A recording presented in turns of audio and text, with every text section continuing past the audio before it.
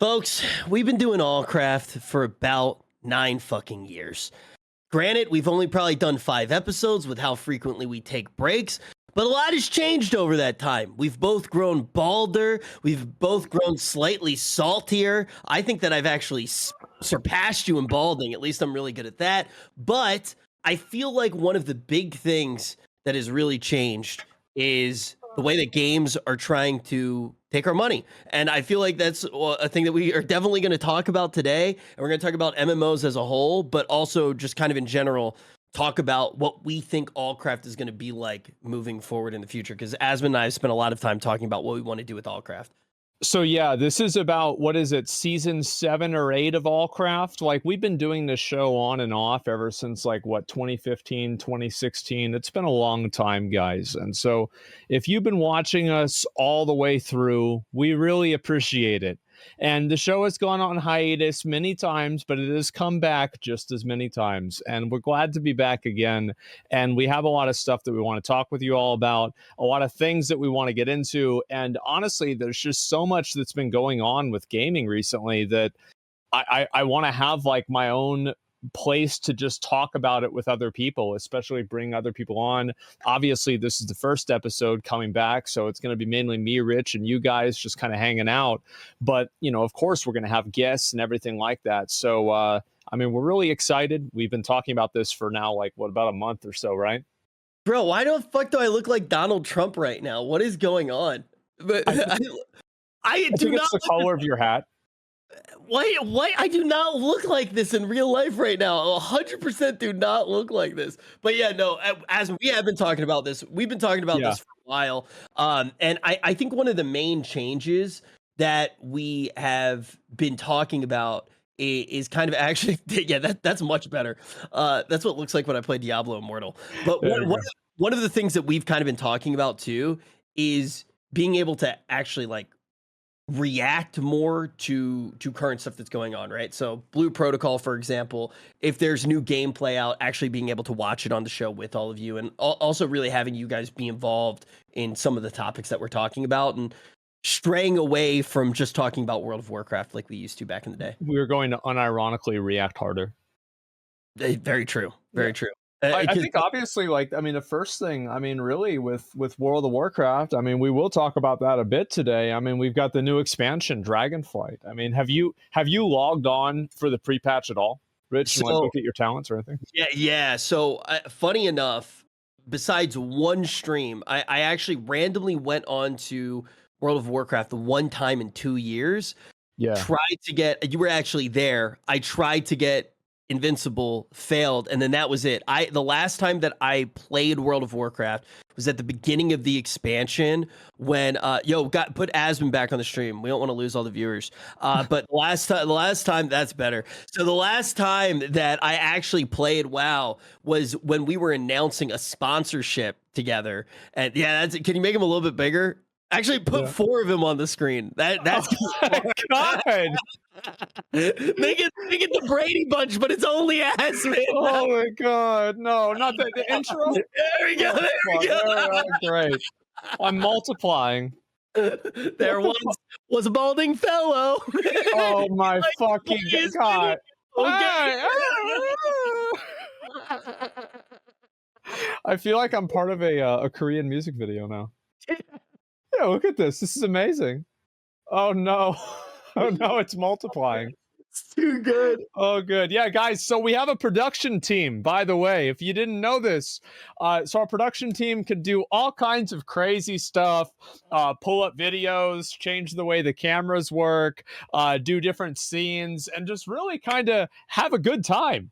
And so one of the perks of having an org is that we have these resources at our disposal. So huge hearts in the chat for our production team. They've been doing a great job. Pecky's like straight up works on the show. Not only is he jumping on and doing this on a day that we don't normally do Allcraft because we really wanted to get one in before Thanksgiving. Yesterday, he was up all day making sure that the Thanksgiving Day stream worked. He's working on loot goblins. He's doing so much stuff. So a big shout out to Pecky's for always being there and making not just Allcraft possible, but pretty much everything that we do.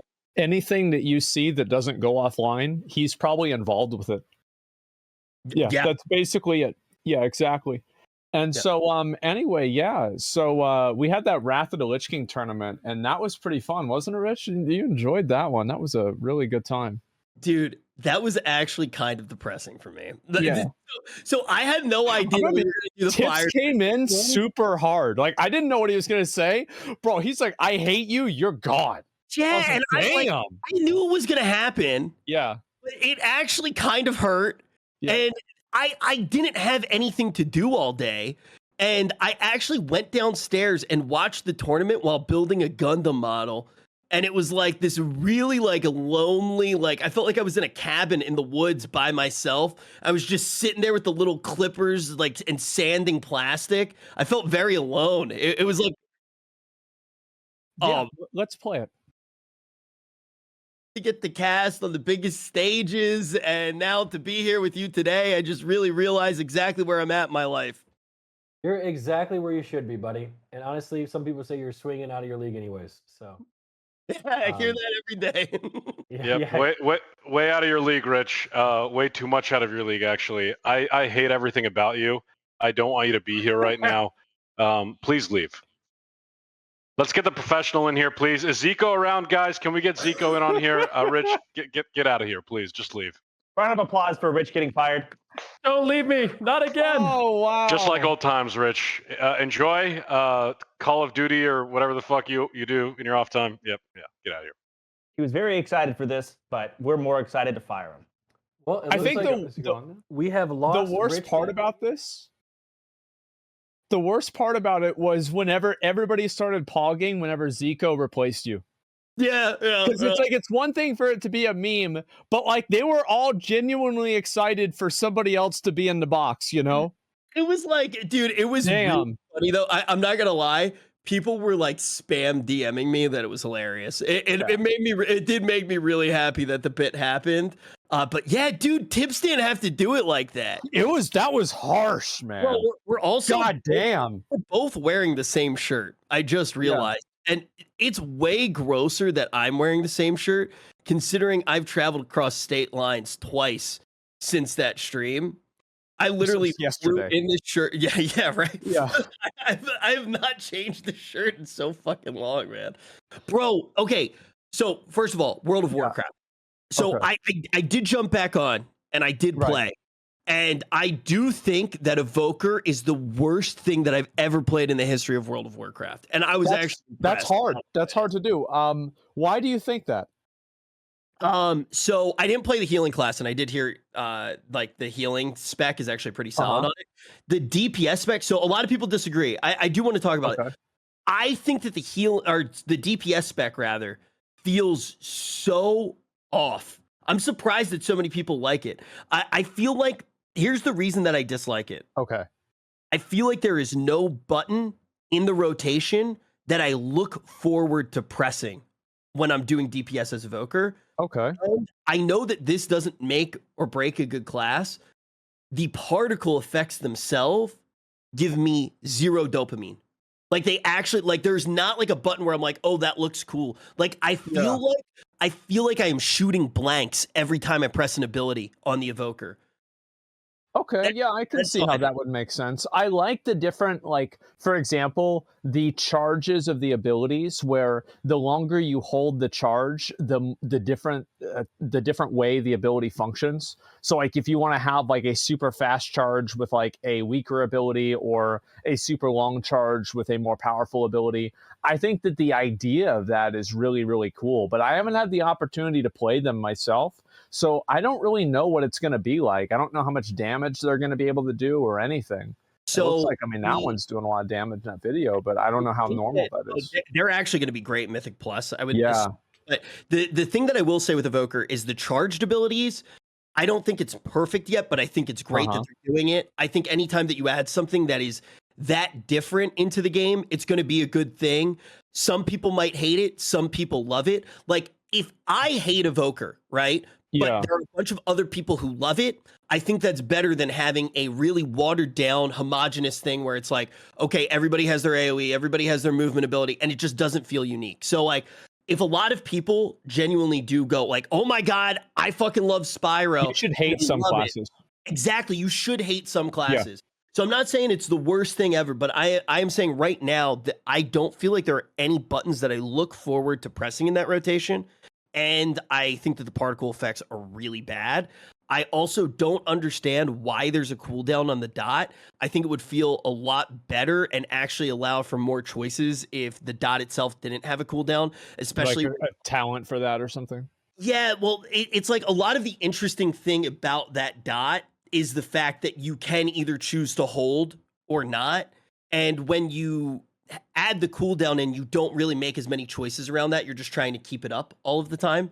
So I would like to see that potentially change. That's a really easy change. Extremely watered down, says somebody in chat. I do feel like it's a little bit watered down as well. The mastery seems really interesting for Mythic Plus, though. So what does the mastery do? It's like a reverse execute. I think it's 35% efficacy around that area. If a target has 100% health, you do 35% increased damage, and then it decreases as the target loses health.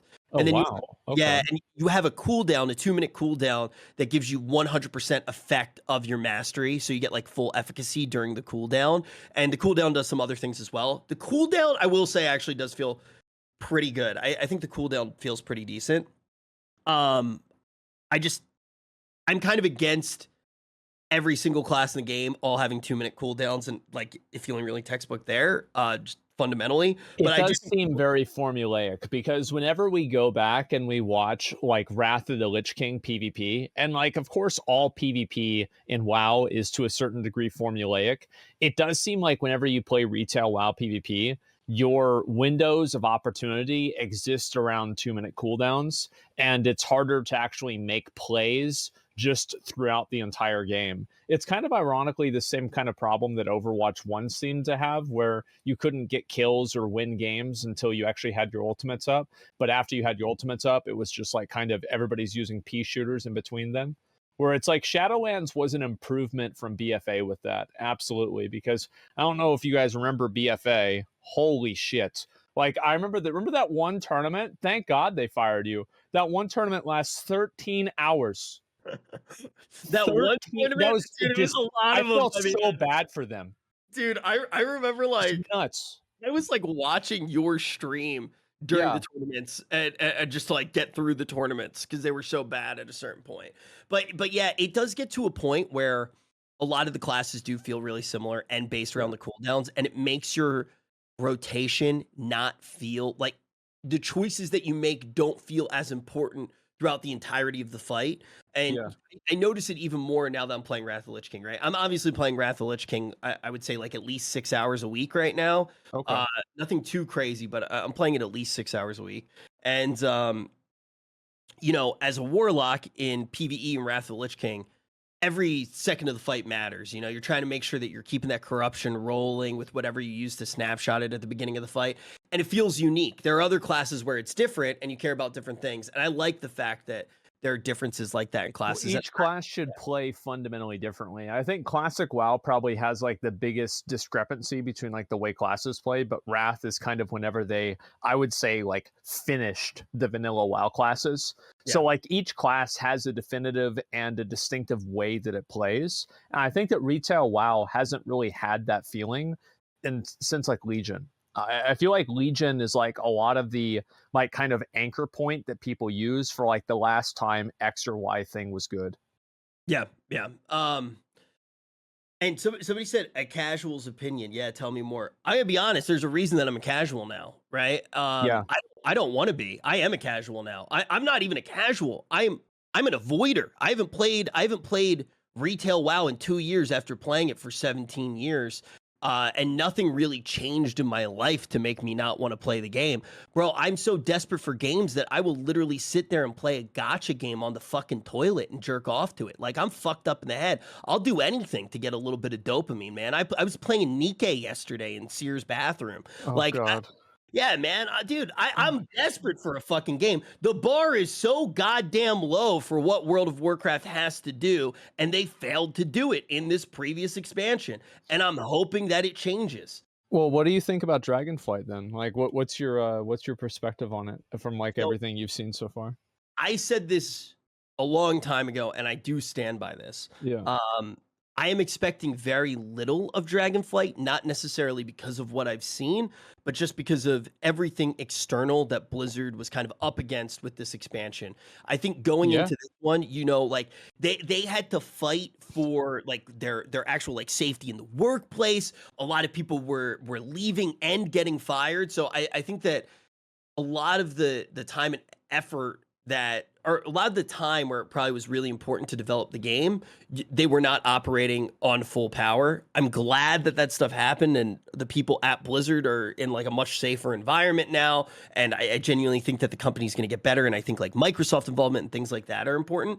But I do think that that could affect the game and the amount of content that's. I don't know if we ever talked about this. How do you see Microsoft actually affecting Blizzard? Because I think that the best thing, or like actually affecting WoW or Blizzard or whatever, I really hope that WoW goes on to Game Pass. I think that if WoW goes on to Game Pass, we can expect a bright future for the game. I'm not even kidding. I mean, look, if somebody invested that much money into something, they're obviously planning to do something with the IP. It's like a complete integration, Yeah. Now, like, the thing is a lot of it was like Web3 focused, right? Allegedly. Yeah. I don't know if I'm talking about that, but I think a lot of your intent, if you're, and tell me if you see it the same way, I think a lot of the intent for having IPs like this is to be able to franchise it, create movies, be able to create physical products that you're going to be able to sell. And for things like that, if that's your strategy to generate revenue, that actually means you can invest heavier in the game and try to monetize slightly in a less aggressive way on the game, almost have the game be your loss leader. The game is the investment. It's the same as like people like, it's like you're making money with like people that are watching Arcane or something like that with League of Legends. Yeah. And I feel like, you can be the $1 hot dog at Costco, with your game. That's you right. have it be a thing that people actually come for, that they enjoy, and then they go out and they continue to consume the content. Now, historically, World of Warcraft outside of the game itself has had some like pretty big myth. I think that the World of Warcraft movie is like one of the worst movies to ever be made. It just, it was not Henry Cavill playing Arthas. So yeah, I think it sucked. Fuck Henry Cavill. Why? Bro, what did he do? I fucking hate his name. I fucking hate his stupid, handsome, beautiful face. I just want to, he's so beautiful. He's fucking, oh man, you motherfucker. It's like you can't find a flaw. There's like not like that one bad thing that he did that like you can hold on to and get mad about. Yeah, is that it? Yeah, Rich is too used to streamers, guys. Like, that son of a bitch. No, the thing is like, the thing with Henry Cavill, I am actually mad about such a stupid thing. It's so fucking dumb. But I am mad that he never came on Allcraft. Yeah, I'm mad about that too, actually. Yeah, totally. Reached out, and this guy talks about being a huge nerd and all this shit. He had an invite to Allcraft. I know it got to him. David's the real deal. It got to him, and Henry Cavill fucking good. That handsome son of a bitch fucking aired us, man. We'll have to do Allcraft on the main channel, and maybe then we'll be able to get him to show up. Okay. Yeah, dude. Yeah, maybe that's what. We'll figure something out. Okay. That motherfucker. We're gonna have to send him a Starforge PC or some shit. We gotta get him on there somehow. But no, I do think the Henry Cavill shit's kind of interesting with like The Witcher and all that stuff. Oh man, do you want to get into that? What do you think about that? That's that's a good topic. I mean, good on him for fucking jumping ship. I'm going to keep it real, and I don't mean to, because I don't think it's terrible, right? And I don't want to shit on something that you love in chat. I don't want to ruin it for you, but I think even the first season of The Witcher, there were like some signs that it might not be good. Like, there was a lot of stuff that I love in the first season of The Witcher. There's some iconic like songs, like there's an iconic environment, and everybody wanted to believe in that show so much, and Henry Cavill was. Where do you think the mining canaries were in season 1? Dude, I'm trying to remember because I was so distracted by that motherfucker's handsome face. I do want to say one other thing about Henry fucking Cavill, though. that guy's acting career has been as easy as my streaming career. Like Is that right? think about it, bro. Like I obviously get carried with like, you know, a lot of hosts, you know, I got great friends, you know, but Henry Cavill, just think about the roles that he has played. I'm not saying he's a bad actor, right? But if you look at his career, he had to play the Witcher, who's an emotionless human being, which does not seem like the hardest thing to act, right? And he had to play Superman, an emotionless alien that's attractive. That doesn't seem that hard to act. I'm not saying that he's bad. I bet you if you gave him a really good role, he'd be able to perform. But I'm just saying his career path has been fucking coated with rose petals and sugar plums and Bed Bath & Beyond. So jealous. You're so jealous. Jealous, but I'm just saying. So jealous. that guy's Rich could be Superman. He could be Superman 100%, guys. Oh, fuck up, bro. Honestly, if it keeps going like this, I could be Lex Luthor. But I mean, I'm on my way for that too. Yeah, you're not wrong.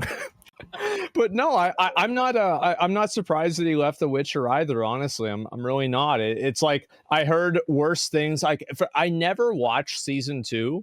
And one of the reasons why I've held off on watching it is that nobody has told me that season 2 is better than season 1. I haven't heard that from a single person because I actually thought season 1 was really good.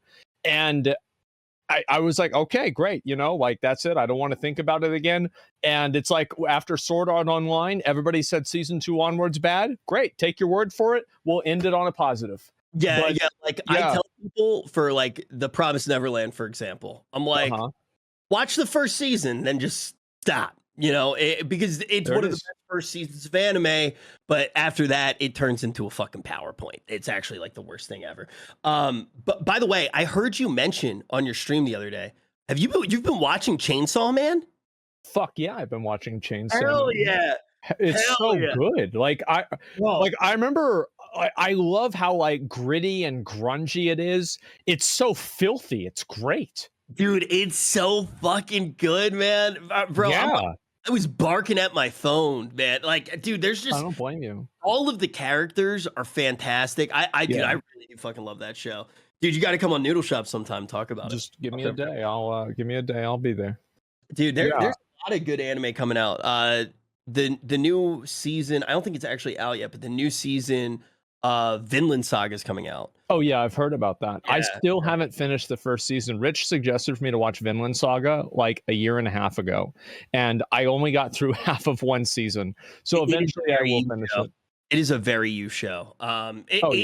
It picks up in really good way. It's very good at building. But yeah, I agree with The Witcher. Like, you know, second season, I saw like a few episodes, but they didn't really blow me away. Embarrassing fact, I have not played The Witcher yet. So The Witcher 3 is like, I played probably 10 hours of The Witcher 3. That's about it. And I actually really enjoyed it a lot. It was super, super fucking fun. But for whatever reason, I never finished the game. And I think that if I ever go back and play it, I do want to like 100% the game. Because I just think it'll be I've only heard good things about it. I mean, you got to think about it, right? Witcher 3 gave them so much confidence. They just let Cyberpunk just get released and it was shit. Right. I mean, the thing with The Witcher is you kind of approach the game with like a huge level of respect. So you can't just you don't just like willy-nilly play it, right? Like you have to like be ready. Like that's the type of game I take a shower before I play it. You know, I go outside, but like for a game like that, I'm like I prep, I get in the zone, like I want to be all set up. I like pre-order my food, and that's kind of why I haven't really been playing it. I've been much more on like the ARPG side of things. You want to know another reason why I didn't watch season 2 of The Witcher? Is that I always wanted Mark Hamill to play Vesemir, and he didn't. Bro, Mark Hamill is such a fucking god. I just like I don't know why. I just had it in my head. It's like Mark Hamill's gonna play Vesemir, and then it didn't happen for whatever reason. And I was so disappointed about something that like I had no real reason to believe would ever happen. Yeah.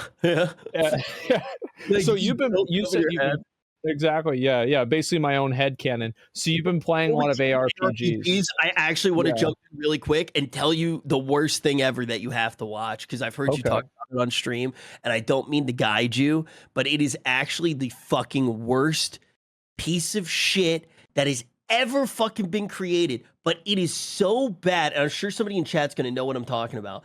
The thing is it's so fucking bad that you should watch it because you are a real fucking fan. I'm talking about Rings of Power. It's so fucking bad, bro. I've watched 2 episodes of Rings of Power so far. I'm going through it with my dad. And so basically, about like 5 minutes into the second episode, I looked over, he was asleep. Which, to be fair, like, that's really not an indictment of the show being bad. He's fallen asleep to pretty much every single movie he's ever watched. It's not that big of a deal. However, I do feel like the cinematography and like the design, especially like, you know, the scene with the necromancer at the beginning, that was just like fucking amazing. So like a lot of that and the camera work is just incredible. But there's also some other cases where, like, I think if you contrast, like, you know, the scene where, like, the elf guy is, like, down in the tunnels and he's trying to, like, investigate what was going on in those tunnels. I feel like if you contrast that with whenever Frodo and the hobbits were, like, hiding from the Ringwraith in the Shire, like, you just had such a stronger emotional, visceral reaction to hiding from the Ringwraith, with like the focus on the on like the environment, on the details, you know, like the worms crawling around. And like with Rings of Power, I feel like that Ringwraith scene, like, yeah, they do it in multiple fucking, they have fucking nothing, bro. They are so, look, you can spend $1 billion on a show. It might accidentally look good a few times. That doesn't mean you know how to fucking write. And at times, the dialogue is where it was really, in my opinion, really, like, I mean, you compare, you know, Gandalf the White's speech to Theoden whenever he's like exercising Saruman, and then compare that to like anything, at least I've seen so far with Rings of Power. bro, Like, it's just a completely different level. everybody in chat, like, if you like watching it, it's fine. But if you try to say it's a good show, I want you to know that I don't respect you as a human being at all. I don't think that you should legally be allowed to vote or even eat good food. I think that if you actually legitimately think that this is a good show, your brain is a vestigial organ in the next evolution of some odd amoeba. You are so fucking dumb if you actually think that it is a good show. Now, I'm gonna watch the next season, right? Don't get me wrong. They didn't even really talk about, like, so like the trees of Valinor, for example. I feel like we need a really big like explanation, like that. Like Ungoliant was not even mentioned, right? And it was like kind of implied that Melkor destroyed the trees, but like it was not directly stated, so it's kind of confusing. And it's like, did they change the light bulb in the trees? Why is she going back to Valinor? Like, you know what I mean? Like, I don't think that Rings of Power is like the worst show ever. I don't think it's the worst show. You're old. You haven't gotten to the bad episodes yet. Oh, fuck. Dude, here's the thing. At the beginning of the show, I was just like, okay, it's hard to start a show like this, right? Because you are jumping in at a weird part of the story. And I agree with you. There's like a lot of weird exposition you kind of have to do to try to figure out. And they also start right away with 5 arcs, which is like a pretty difficult thing to, I think it's 5, right? Because you have the Harfoots, you have the Elrond arc, you have the Galadriel. Yeah, and so you have so many different arcs going on, which I don't think is an easy thing to do, but it does progressively get worse and worse. Without any spoilers, there is like a scene where a character who's supposed to be perceived as particularly powerful is easily taken down by another character. Is the person that takes the character down a woman? You know what's funny? I'm not 100% sure. I maybe it's kind of vague. You guys know what I'm talking about. It's like kind of vague. Yeah. Well, we'll see. Yeah, Okay. it's kind of vague. It's kind of vague. But then the thing that happens is then out of nowhere, the Harfoots start throwing sticks and stones at this powerful character that just like easily took down somebody who's really supposed to be powerful, and it works. Like they're throwing like rocks and sticks at this person, and it's like, holy shit, who would have guessed that this is gonna work? And then the fight ends with the one character going, I am good, and then he wins the fight. That's actually like real, like moment by moment how it plays out. It's so fucking stupid. Shit. Also, oh shit. So yeah, the dialogue is could be better. Dude, they also I'm not saying that, look, in Lord of the Rings, trust me, I know a lot about Lord of the Rings. I've even slept during it on stream. And you can, yeah, true. You can make an argument that like that's almost what happened to Saruman in the Scouring of the Shire whenever they finally killed him. You know, you can make that argument. However, it's one thing if Tolkien writes something like that, and it's another thing if they do. Look, the thing is in the Peter Jackson movies, yes, they do this whole thing with Sauron with like the lidless eye, right? Yeah, that is not how it's actually done in the books at all. The lidless eye exists as a symbol. It's like the sigil of Sauron, but he does have a physical form. He's not just this eye, right? And they really focus in on it in the movie. That is a big difference from the books, but it's fantastic for the movie because it's such a visually powerful thing that makes you visually remember. It's like I've talked about this a lot on my stream, right? Is like Fight Club is another example where like the book Fight Club and the movie Fight Club are very different, especially in the ending. Yes. And it's not about whether you deviate from the subject matter or not. It's about whether the deviation is good. Yep. And if somebody makes a deviation, it's the same as like, I think the best example in Lord of the Rings is that, you know, Gandalf leaves, keep it secret, keep it safe. He comes back, it's next week. No, it's not. It's 19 years later. But does anybody need to know about this? No, they don't. Let's just keep moving right along. It doesn't affect the story at all. So there are plenty of things that get glossed over. So, it's 17, excuse me. Sorry, guys. But yeah, it doesn't really matter because, there's no Tom Bombadil in the story. Did that really make the story worse? Probably not really. And so, yeah, it just didn't make a difference at all. So I go ahead. That's worth it, right? Because it makes it better. It makes it more concise. You're consuming. Yeah, and it's just like you watch a movie, you're not reading a book. There's a big difference. They do so many things though that are just it does not achieve that. Like they'll take 400 years of material and just do it in 2 seconds, and it's like the best part of the book. Everything's in like a weird order that makes it not make sense. You have to watch the whole thing because it is hilarious, some of the decisions they make. And I'm trying to do this without giving spoilers to anyone because I do think it's worth watching how bad it is. I will watch the entire thing. I will, and also I have not consumed any media that is criticizing the content other than just having conversations with friends of mine. Like I've avoided all of the different reviews of Rings of Power, so I don't go into it with any more biases than like obviously through conversations with normal people would. Right? I've avoided all of that, and I want to see it and experience it for myself. But yeah, I think that the one thing that I would say is really kind of holding it back is the dialogue. I think the dialogue is just not that great. I also, credit where credit's due. They do have moments of really good dialogue, especially with Durin and Elrond. They did a really good job with those characters. But that's a good point. Yeah, so it's like there are moments that aren't absolute trash. Like I was trying to like the show, but there are just some moments that are absolutely unforgivable. People are talking about Andor a lot. Have you watched that? I've heard nothing but good things about Andor. Andor? I don't even know what the fuck Andor is. What's Andor? Dude, I think it's a new Star Wars television show, but like everybody's saying it's insanely good.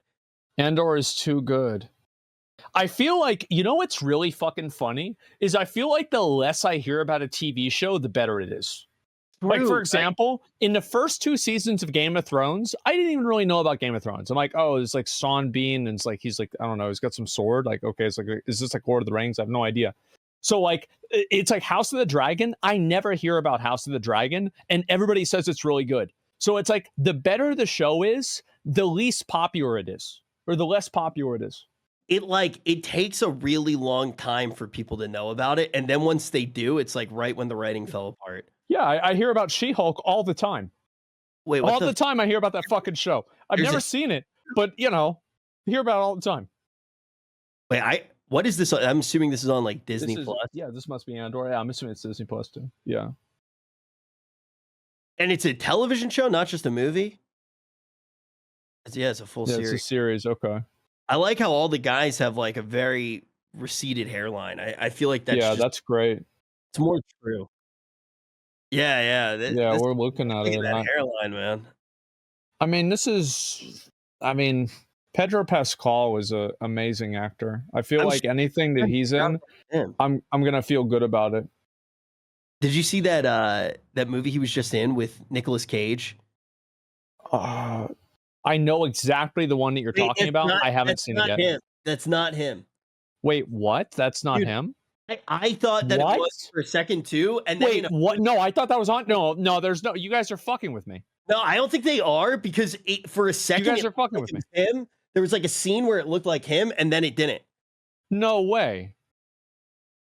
Yeah, I thought it was him for a second too. Holy fuck. Wow, okay. I feel like a fucking idiot. God damn.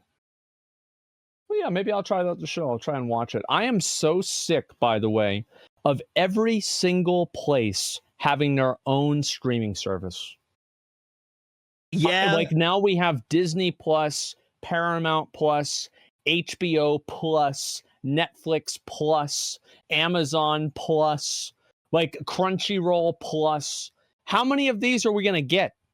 it's kind of inevitable, right? What somebody should do is they should make like a service where you spend a certain amount of money and you get different bundles of them. You know, like for example, like let's say, you know, you'll spend like $70 a month and you'll get like maybe the 6 of them or 7 of them at the time, and you just spend that amount and then you get all of them together. I don't know if anybody's done that before, but that's a good idea. That's called cable. Well, no, because that's like a no, because that's on TV. Like this is different. Yeah, no, that's not what I meant, guys. Like this is totally different because it's like on the internet and shit. Yeah, guys, come on. Zach just came up with Cable Plus, Cable Cloud. Well, that's what we can call it. Yeah, it's Cable Plus. So it's a cable, but it's better because it's on the internet. Yeah. I mean, no, you are right though. Like something like that. I also think, you know, it's about time that streamers just started illegally watching stuff again. I think it's about time. Yeah, I agree with that. I think that usually the more that people are breaking the rules on Twitch, the more fun the website is. Dude, I literally want to watch Lord of the Rings every year at Christmas. I feel like it's a great Christmas tradition. That's what I did. And I remember, like, you know how I judged the quality of The Hobbit? Is that, you know, like I would go with my parents and like watch Lord of the Rings at the movie theaters every single year that it came out. And so The Hobbit comes out and I'm like, oh, we've got to go and we've got to watch this again on Christmas. I remember so fucking clearly my mom in the movie theater passed out. And the way that I could tell is that I could hear her snoring next to me. Dude, she was just passed out. She was like, this is just fucking boring. I'm done with this. So with The Hobbit, I have such a positive memory of that movie that I don't remember that at all. Yeah, okay. So I think I've told you this story. So my ex-girlfriend, when I was in college, was like an actress, and she was in the Screen Actors Guild. Okay. So randomly they select different people in the Screen Actors Guild every year to be on like the review board to watch movies before they come out, and you vote for them for the Screen Actors Guild Awards. And she got randomly selected during The Hobbit. So I got to watch the first Hobbit early, and then they have a panel of all of the actors. Yeah, and you get to ask them questions.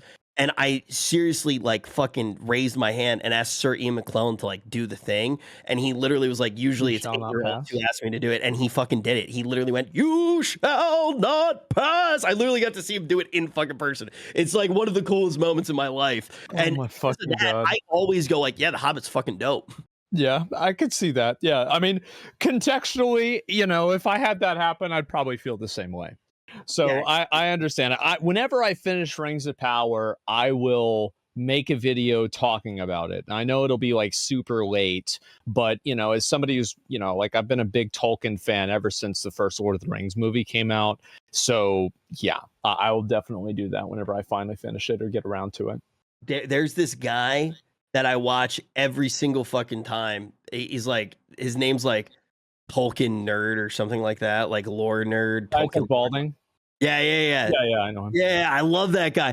I Yeah, just he's good. watched him complain about it. Like at the end of each episode, the first thing I would do is watch his video complaining about it. He's like, "Okay, I'm really fucking angry," and he would just it's an hour-long video. The video's longer than the actual episode. It's just him moment by moment shitting on everything that happened. I fucking love him so much, dude.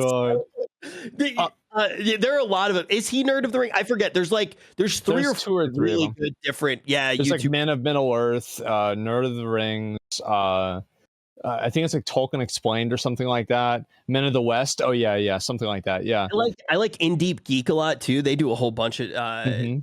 they do like Lord of the Rings. They do House of Dragon, like all that stuff.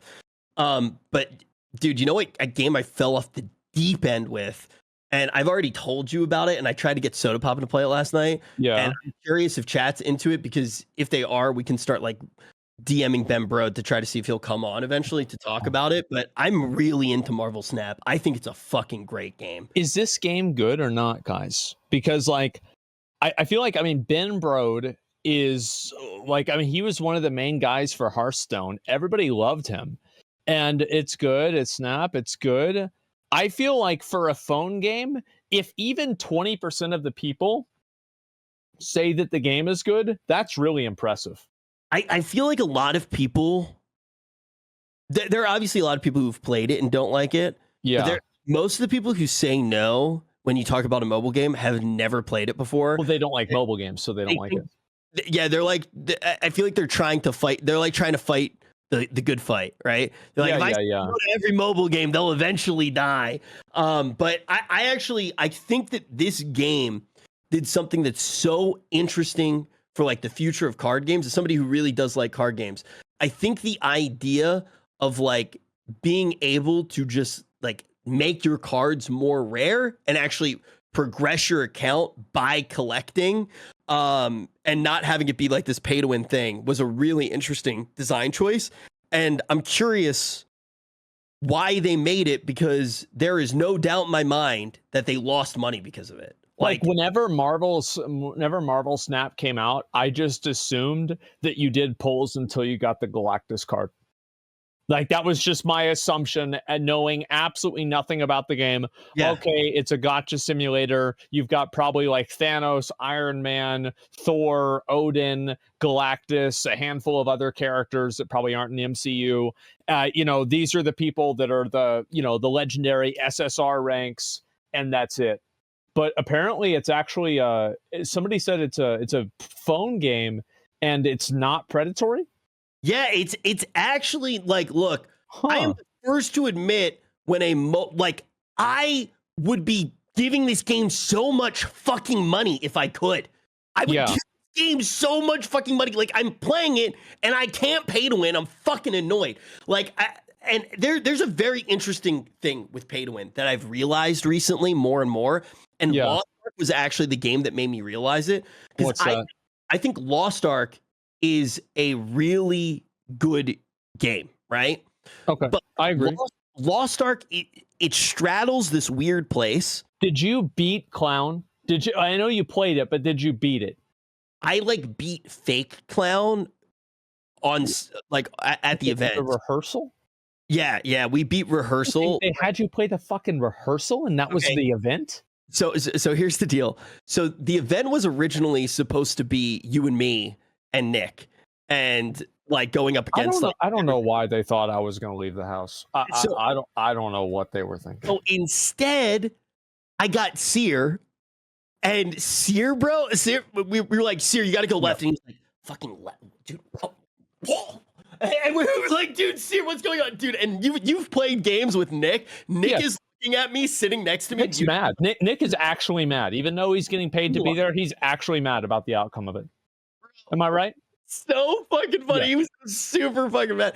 But my idea was, and they all thought it was funny. Everybody next to us is doing the actual fight, and I put us in rehearsal mode. And we fucking cleared the first game before them. And Stoops was like, what the fuck is going on? Like, he was actually so And the best thing is the crowd is probably cheering for you guys because they don't know any better. They're like, wow, they're beating it before the other guys are. I thought these Lost Ark pros were good. It turns out they suck, huh? You know the worst part? Nick had no idea.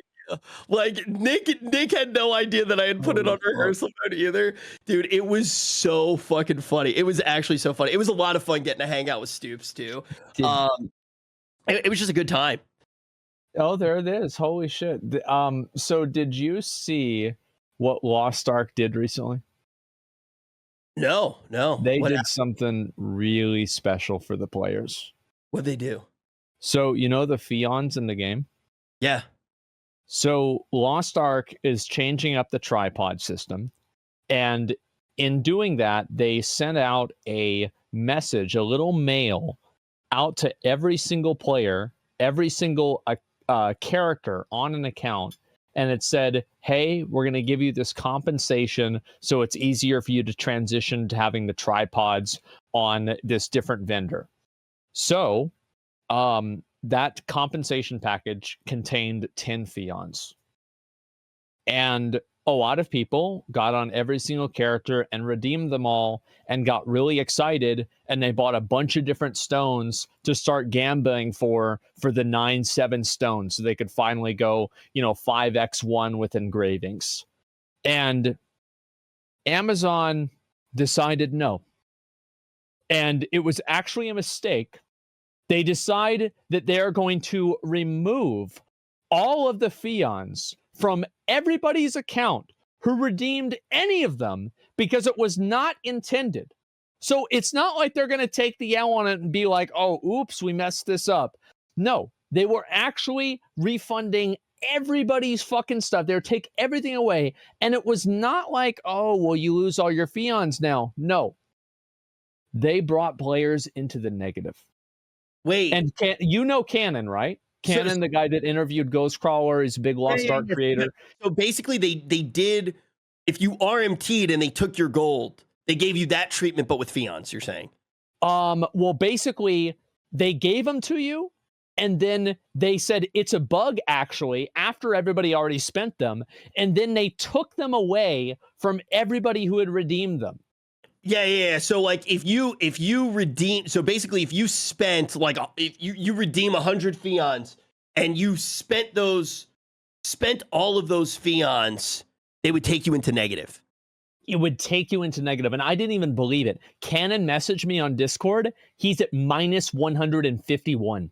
Holy fuck. On top of that, the way that Lost Ark is coded, you cannot have a negative Fion balance and buy anything off of the auction house. So you literally have to pay Amazon if they took you into the negative to be able to use the auction house. Because even though items don't have a Fion cost, the auction house requires you to have at least a 0 or above Fion balance in order to buy something on the auction house. Yeah, so now these people have to pay Amazon. Yeah, they have to pay Amazon for their own mistake. If the event didn't happen, it makes sense to do it that way because you can fuck people who try to RMT, right? But that's really fucking bad. Also, I'm gonna say impressed. My take right now, pretend that didn't happen because now my take sounds really fucking stupid. But what I was gonna say with Lost Ark was Lost Ark. I thought Lost Ark was. And Marty, I see what you're saying that it is fixed. I do still think it is valid to look at mistakes and kind of look at everything that happened, even if they do get fixed, right? Because it shows decision making that might happen again, right? Yeah. Why are you going Marty Lil W? Did I like take his Twitch username and like just say it with like my Jewish accent and I made it weird? I'm sorry. I'm sorry, Uncle Marty. I'm sorry if I read your name wrong, Marty. But yeah, no, here's the thing. I think that when you look. By the way, did you see Kanye tweeted shalom? That's out of left field. I was so like, bro, like, what are you doing? Like, of all the things to tweet, why do you tweet shalom? Come on. Like, I was like, man, that's a little bit mean. Like, yeah, like, oh, come on, man. As a Jew, I don't say shalom that often, man. Yeah. It's like, how do you do, fellow Jews? Dude, I was like, what is going on, man? I was like, dude, shalom. Smiley face. Oh my Bro, God. like, that is fucked up. That was a fucked up tweet, dude. I'm waiting. Like, I wonder if he's going to talk about celebrating Hanukkah pretty soon. Oh, fuck. Man. Oh, God. I can't wait. That was something. I saw that really derailed me from talking about Lost Ark for a second. That whole thing was. What a saga. Holy shit, man. The thing is, like, it's so weird because, like, the way that media is like everybody, like, I think that there are a lot of people who, if you really ask them, do you think Kanye is making decisions in a good state of mind or like a stable mental state? Most of these people would probably say no. And the fact is that, like, everybody was clamoring to bring this guy on their show and to rev him up even more, to get him even more agitated and into this kind of stuff. And it's weird how people will latch on to that. And by the way, I'm not trying to make light of the Jew stuff or anything like that, because you remember, he's not even the first one. Remember, Nick Cannon did this shit about a year ago. Did you read about that? Dude, it keeps people really don't like it. It happens all the time. People get really mad at the Jews. It does happen all the time. We're hanging out. Like, dude, just watch Curb Your Enthusiasm. Like, we're making good shit. Like let us be. It wasn't Nick Cannon. Yeah, it was Nick Cannon. Yeah, exactly. MTV owner over anti-Semitism. Bro, yeah, I watched the clip and I remember I was watching it and I was like, what the fuck? Like, where did this come from? Like, why are you why are you so unhappy about this? I think that it's like really, like, I mean, you know how much trouble Kanye's had with like record labels and how much fucking friction there's been. And it just sucks whenever somebody has a bad experience with some people and then they're like, well, all the people are like this. It's just so, I think that just for like an average person that's a Jew, it's like, well, what the fuck, man? I didn't do this. Yeah, it sucks. Yeah, I mean, look, it's really bad when it's such a weird thing because, like, the Kanye shit, it's very anti-Semitic, right? Yeah. But it is really fucking funny, which kind of makes it more dangerous in a weird way. Because, like, as a Jewish person, I'm like sitting there with my popcorn, like going, like, "Holy shit, what's he gonna say next?" Which almost going like more dangerous, you know, because it's gonna keep going to a certain degree, and then it's very easy for it to get weaponized. Oh yeah, because then people are gonna use that, and then you also have people that are like, finally somebody says it, you know, which is like that's the unfortunate thing is whenever you have somebody that goes off the rocker with this kind of stuff. Then, you know, you have the people that have these types of real feelings and they start feeling validated. And that's always disappointing to see. I want to talk to this one guy in chat who got auto-modded. I just want to teach him how not to do it again. So, Chad, I think that you had a really good sentiment here. You said Christian anti-Semitism is really weird because, like, Jesus was a fucking Jew, LOL. If you type fucking Jew, for some reason... Most of the time, people that type fucking Jew... There's a reason why it's auto-modded, okay, guys? You just don't put those words together, and I think it might have gotten through. So yeah. When you have ideas, try to not put fucking Jew in the middle of it, and maybe those ideas will be heard. Use a comma, you know, it might help. Fucking shalom. There you go. Shalom. Oh my God. We're cool. Oh wow. Yeah. So anyway, Dragonflight. I'm pretty excited for this new expansion. I hope that it's good. I really like the new talent trees, and I hope that the game is actually going to be a. I'm glad that there's not some big, massive fucking system. This is the first time since Legion that that there is an expansion that is launching without an obvious problem. The cool thing about it too That's is because there's nothing it's launching with, right? So there can't be any problems, but still. right. The new system is actually a system that's just supposed to be fun. Yes. Dragonflying. And on top of that, the other thing that makes me confident, Blizzard historically, even when they were at their best, they were never the best at being creative.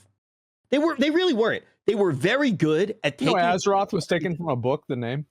It's an H.P. Lovecraft reference. Yeah. I mean, what they did was they took great things and made them better. They polished them, and that is a super valid thing. And when you look at, I'm not insulting Blizzard games, by the way. I'm referring to some of the most important games in my life that changed me as a human being, and I will always value. When you look at Blizzard at its best, they were taking ideas that already existed in games, polishing them, and making it better. Dude, they yoinked this shit from Guild Wars 2. I hope that it's a sign of like... It was a yoink. Like, it was not even a, we're going to take this and improve on it. It was a straight up yoink. Mine now. Yup. And you know what? It's really fucking good in Guild Wars because I actually used to play Guild Wars 2 back in the day. I played like a lot of PvP in Guild Wars, and then I didn't play it again until they sponsored me to play it. And they sponsored me to play it, so I played it. And I went through and tried all the different mounts, and they're fucking cool. Like, it's really cool how they change exploration and shit like that with the way that the mounts work. And there's different community events that happen with it. Like, I'm excited for the first Asmongold Dragon Race. It's gonna be sick. Yeah. Asmon's Drag Race. Oh, I'll be very excited for that. It's gonna be fucking fun. Yeah, I'm excited. I'm excited for the expansion. I really like the talent trees. I think the talent trees are fun. I feel like the game is just in general fun to play whenever I log on and actually play it. Like doing the raids. Like, I think that also playing my character feels good. And that's something that, like, I forgot what that felt like until I played Wrath. Where, like, whenever I was playing Wrath, I like playing Wrath because it feels good to play my character. And it's something that seems like so simple, but yeah, it really does feel good. I really fucking hate right now, and I know this is a taste thing, bro. I hate Malefic Grasp, bro. What's wrong with it? I just hate it. I want fucking Shadow Bolt back. Like, I'm a fucking boomer, I guess, but I just hate it. I literally hate that ability.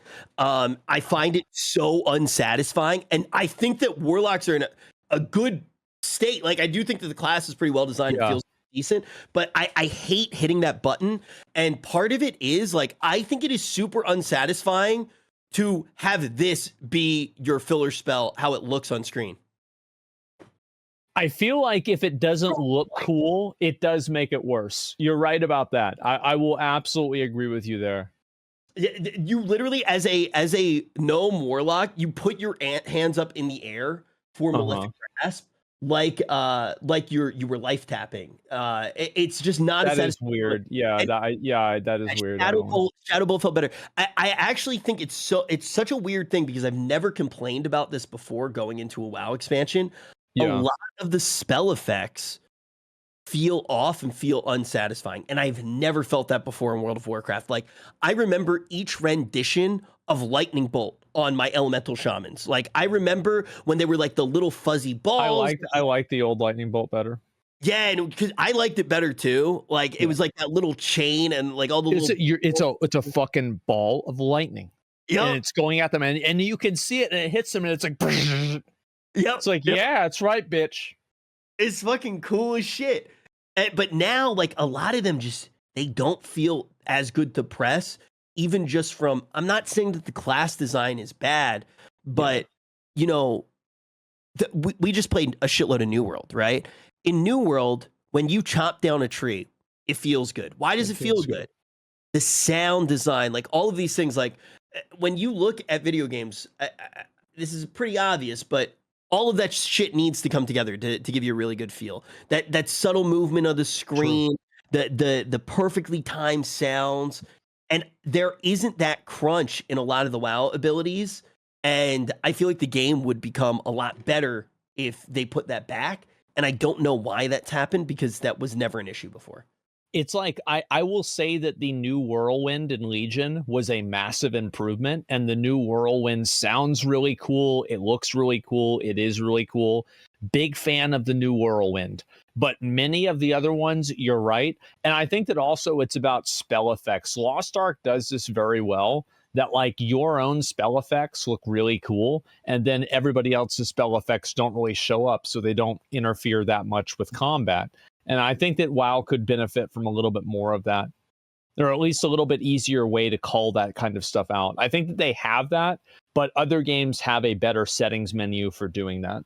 Yeah, 14 does a good job with it as well. Yeah, they do. Yeah, when you don't turn it, other people's spell abilities off when you first log in, you need to wait like about 18 days to actually be able to get up that elevator. But beyond that, you know, they do a really good job of allowing you to turn it off. So how do you feel about Final Fantasy 14 now? Because obviously, like, a lot of people that have played through it have played through the MSQ, and you know, they're kind of waiting on new content, etc. Do you think that like this is going to be a good, I guess, like coming year for Final Fantasy 14, or do you think that people are going to just kind of move back to you know, playing the other games and forget about it? I'm going to keep it real. One of the things that I might be like kind of a bitch for this. Yeah. I genuinely am scared to play Final Fantasy 14. Is that right? I don't want to ruin like one of the best moments of my life. You know, I don't want to like go back and feel like I'm using the game for content. I'm gonna play it when a new expansion comes out, but I'm not gonna like log on and play it every single day, because I just don't want to ruin that memory for myself, because it's like incredibly important to me. So I've kind of been avoiding it, even though like there is stuff that I would like to do. Like I really want to collect like all the triple triad cards, for example, right? Oh like, my god, I wanted to do. Like I Yeah. really want to do that, but I'm like, I'm scared to like log on and like ruin that memory, right? And there are also like a lot of toxic parts in that community. I can also be a toxic person, and like I just don't want to tarnish Did you it. do the Dragon Song Reprise? You didn't do that one, right? No. So I think I'm gonna wait for the second one to come out for And this, then kind of chain them together in like some new Yeah. subathon or something. lock myself in somebody's fucking closet. And Yeah, another closet time.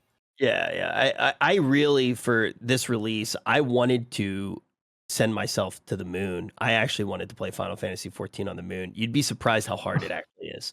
I looked into it. I tried very hard. I was like calling people, like being like, "Hey, like if I wanted to play on the moon, what would happen?" Imagine if I like tried to do that and just didn't make it to the moon. I'm pretty sure that there were people that I played WoW with the other day that you could probably get a better internet connection on the moon than they had.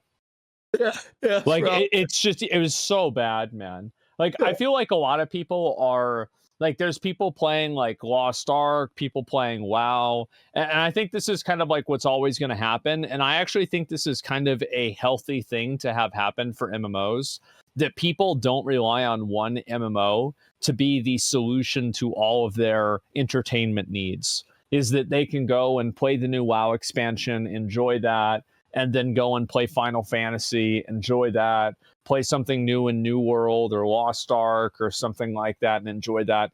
Because I think that one of the best things that happened whenever a lot of people moved over and played Final Fantasy last year, I think it was last year, and one of the best things that happened was that people stopped becoming WoW players and they started becoming MMO players. Yep. And it actually, I think, is better for WoW, because now players don't expect World of Warcraft to hold their attention and keep them busy for 8 hours a day for 6 months. And Final Fantasy 14 does a lot of things where it's like, yeah, you can come back when you're ready. We don't give a shit. We're not going to make you run on a treadmill, which I really respect about the game. And I think with 14, it's very unique in the way where it's like, there is something that you like. Most of the people who play that game, they are waiting for the fucking story, and it is fucking good. Like I don't know if I'm gonna do it on stream or not because I don't know if it would really be great stream content, and I also don't want to have the pressure of people going, oh, he's faking it. Like if I don't remember something and I get excited, but I do want to play through the MSQ because I just love the story. So I might just do it off stream because I do feel like I feel like replaying MSQ, a lot of people are going to be really toxic about it. And I want to do it because I like just like it, you know? I actually really enjoyed the Realm MSQ. I thought it was super fun. The story was good. I like the personal politics. It reminded me of like Game of Thrones, like the OdinDuh politics and all of that. I thought it was really cool. I already replayed a lot of ARR with me, actually. Oh, yeah. It's so much better the second time. Like, because you know more about the story. So I'm like really fucking excited to go back and play it again. And I'm also excited to come back to Final Fantasy 14 when it's time. And a big thing that I've noticed with MMOs, like especially with New World, when there's an event and it's the time and place to be, like the MMO is more than just like a game and its mechanics and grinding. It really is. It's the time and place to be, and it's about being there at that time. If you miss it, you miss it, and that's that. And I think that there's a lot of value in that. And I think that there might be a world where it's going to be really hard to get the cadence right because it'd be hard not to get greedy. But I do think more MMOs could move to almost a seasonal model. I might sound like a crackhead right now. I feel like, I mean, we can talk about a lot of other MMOs, but I do think that New World could very well like function as a seasonal MMO. Like they'd have to like fix some of the like later game systems and things like that. But in a general sense, I do think a seasonal MMO of New World would kind of work. And I've actually, you know, like we both played the Return to Eternum event and everything. Like I've been playing the fuck out of it. I'm still playing it on our dead fucking server, which by the way, Amazon guys, please combine the servers. Okay. I need people to give me gold. I've run out of people to give me gold. So yes, that would be great. But overall, I mean, yeah, I've really enjoyed it. I've had so much fucking fun playing the game. I think the new zone, like Brimstone Sands, I've done every single quest minus I think one, and they're really good. They're all voice acted. The voice acting is great. The quality of the quests is pretty good. Like some of the mobs in the zones are annoying, but I really had a lot of fun. Bro, you know what I've been doing recently that's kind of crazy? Yeah. I've been hitting City of Heroes private servers really fucking hard. Oh my god, you just can't get enough of that game, huh? Bro, it is still to this day one of the coolest games that's ever fucking existed. Bro, I've been playing that shit a fucking lot, bro. That is such a crazy good game. Okay. So wait. Somebody said lame? Are you saying City of Heroes is lame? Oh god. Hashtag ad? They can't legally sell it. That's so bad. Yeah, guys, this game died in like 2005. Okay, like it's been dead probably longer than most people have been alive here. It's actually true. Dude, I'll never forget when the server went down and everybody was standing around Atlas and everybody made montages to like Evanescence, Wake Me Up Inside, and it was just everybody like around Atlas is like, what do you hate to my... And then it goes into the hard part of the song and it's everybody like killing bosses and shit, like Hattie. Oh, dude, Wake me up, yeah, and there's fucking like boss kills and shit like that. Absolutely, I can see that.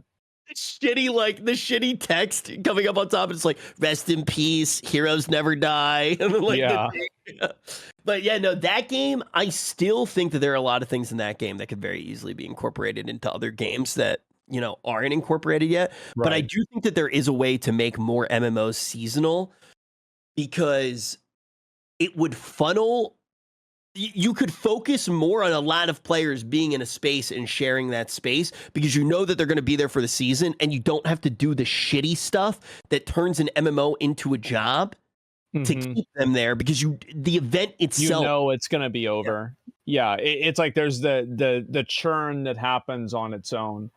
I'm actually really curious to see like if more games will adopt the leagues feature and the things that are similar to that, kind of like OSRS or like Path of Exile, stuff like that.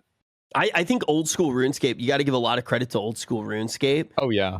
They didn't get greedy with it either. I think the biggest problem inevitably with Seasons, it's going to be corporate greed because, I mean, look, you look at old school RuneScape and they were hitting like crazy numbers when they do the leagues, but they're not just shoving them down your throat. It's very easy, very fucking easy to just be like, okay, we're going to try to do leagues all the time. We're going to sell a season pass, cosmetics with it. We're going to milk you for every cent that you're fucking worth. And I think that what would happen if dude, if Activision did seasons for an MMO, that's probably what they would fucking do. That means you have to, but you're gonna have to pay for something every time. Yeah, 100%. Like I wouldn't be surprised. And have you seen the stuff about ArcheAge 2? Like this is a new game and it's coming out. Have you seen the trailer? So I have not actually seen the trailer yet. I saw your message this morning while I was flying. Yeah, I definitely want to check that out because I have not actually watched the trailer for ArcheAge 2. So full disclosure, guys, Asmon messaged me and he said, I want to talk about, I know this game studio. He said, I want to talk about ArcheAge 2 and Blue Protocol. And Blue Protocol, I've watched a shitload of stuff on, but let's see the ArcheAge 2 trailer. Yeah.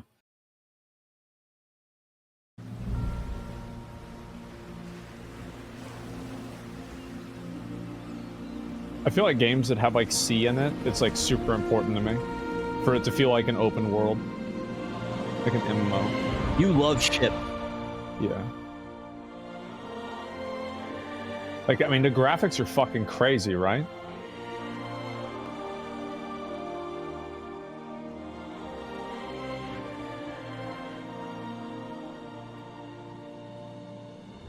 What do you think? Dude, this looks insanely good. Probably gonna be pay to win. It's very rare that I like realistic graphics. I usually prefer cartoony because I think it's more timeless. I think the easiest way to age your game is to go for realism because next year there's going to be a game that looks better. That's true. This looks really cool. This has like enough style to it. Yeah. It's like a lot of people are saying it's like very similar to BDO, and this is going to be like a BDO spiritual successor. Oh, I hope it's pay to win as fuck. So basically, Soda was talking about this game, and he was bat-chesting about it whenever we were doing the Wrath of the Lich King tournament. This was like off-stream. And like he was like, yeah, this is going to be the game that we need to look forward to. This game's going to be so fucking good. It's going to be so fun. And then I was like, yeah. I'm like, yeah, the unfortunate thing is it's going to be pay to win, though. And then Nick's like, well, that's going to be good for us. Yep. Here's the thing that I will say about pay to win games. This is actually what I was bringing up with Lost Ark earlier. Right. I actually have realized I think it's bad if a game that has microtransactions is even slightly fair. Now hear me out. With Lost Ark, I think that Lost Ark is so fair in so many ways. You can play a shitload and you will be able to get to the same place as somebody who's like paying, but you do get enough of an advantage to pay that the whales are going to spend a lot of money. But here's the thing. What ends up happening mentally is every single action that you take, you start hear me out. Give me until the end, guys. Give me until the end. Every single action you take, you start evaluating it to money, right? So you go, oh man, if I don't do this daily, I'm essentially losing $5, right? Yeah. If I like put in this much money, I can skip these many dailies. And I think that's a really toxic way to think about a game when you are always sitting there going, my chores evaluate it, like itemizing your time in like dollar amounts and then deciding how much of your time you're going to save by spending money to have the game play itself. Exactly. That's fucking terrible. That's literally a job. And what I've realized is that if a game is pay to win, you either need to have a game that's not bullshit gambling, where everybody's able to play, everything's equal, or the game needs to be such a shameless pay to win game that people who are like, that is so stupid, why would I pay to win in the game, don't fucking play it.